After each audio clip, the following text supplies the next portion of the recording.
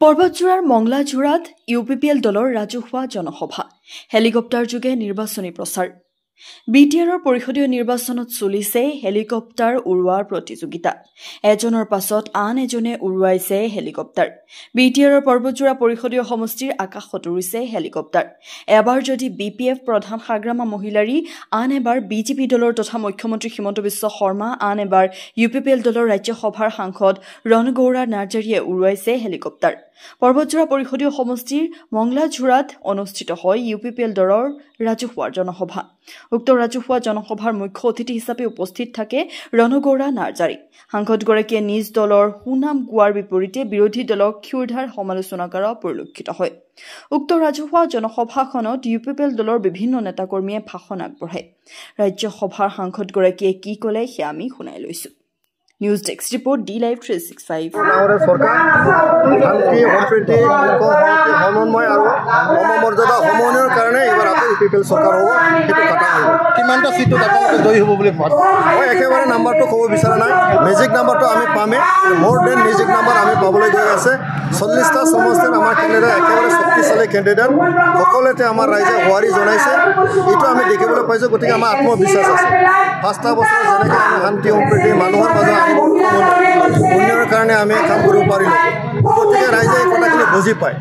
আগ্ৰামাৰ দিনত 15টা বছৰত তেওঁলোকৰ অৰাজকতা দুৰ্নীতি দাদাগিৰি দমননীতি আৰু প্ৰমোদ বড়ো ডাঙৰীয়া শান্তি সম্প্ৰীতি এই দুটা পৰিৱেশ পাৰ্থক্য কৰি পেলাই ৰাইজে বুজি পাইছে গতিকে প্ৰমোদ বড়ো আকৌ লাগে বুলি ৰাইজে কৈ আছে সেই গতিকে আমি ধৰিব পাৰোঁ আমি এটা আত্মবিশ্বাস হৈছোঁ যে এইবাৰ ইউপিপিএল আকৌ চৰকাৰ হ'ব ৰাইজে ইউপিপিএল চৰকাৰক আকৌ আনিব দেখা গৈছে যে পৰ্বতজোৰা সমষ্টি সন্মানীয় সমষ্টিটো কিছু সময় ইউডিএফৰ দখলত আৰু কিছু সময় বিপিএফৰ দখলত এইবাৰ আপোনালোকে উদ্ধাৰ কৰিব পাৰিব নাই সেইকাৰণে মই পৰ্বতজোৰা ৰাইজক মই অনুৰোধ কৰিব বিচাৰিছোঁ আপোনালোকে ইউডিএফক এবাৰ চালে বিপিএফক চালে কোনো দলকতো চোৱা এইবাৰ ইউপিপিএলক চালে ইউডিএফে একো কাম কৰিব পৰা নাই চৰকাৰৰ লগত থাকিব পৰা নাই বিপিএফৰ চৰকাৰত থাকিও পৰ্বতজোৰাৰ কাৰণে একো কাম নকৰিলে তো মানুহে কিয় ভোট দিয়ে নিজৰ অঞ্চলটো উন্নতি কৰাৰ কাৰণে নিজৰ প্ৰতিনিধি কিয় পঠিয়াই ৰাইজৰ স্বাৰ্থত ৰাইজৰ কাম কৰিবৰ কাৰণে তো বিপিএফ ইউডিএফ যিয়ে নহওক তেওঁলোকে আজিলৈকে এই পৰ্বতজোৰা অঞ্চলৰ কাৰণে কোনো উন্নতি কৰিব নোৱাৰে তো গতিকে আমি প্ৰতিশ্ৰুতি দিছোঁ আৰু ইউপিপিএল চৰকাৰৰ দিনত পৰ্বতজোৰা অঞ্চলত শান্তিপূৰ্ণ এটা পৰিৱেশ আহিব উন্নয়ন আৰম্ভ হৈ গ'ল পৰ্বতজোৰা সমষ্টিৰ অন্তৰ্গত আমি ৰেলৱে কষ্ট ফেক্টৰী ৱাগন ফেক্টৰী আমি আনিবলৈ সক্ষম হ'লোঁ আৰু এই অঞ্চলত বিভিন্ন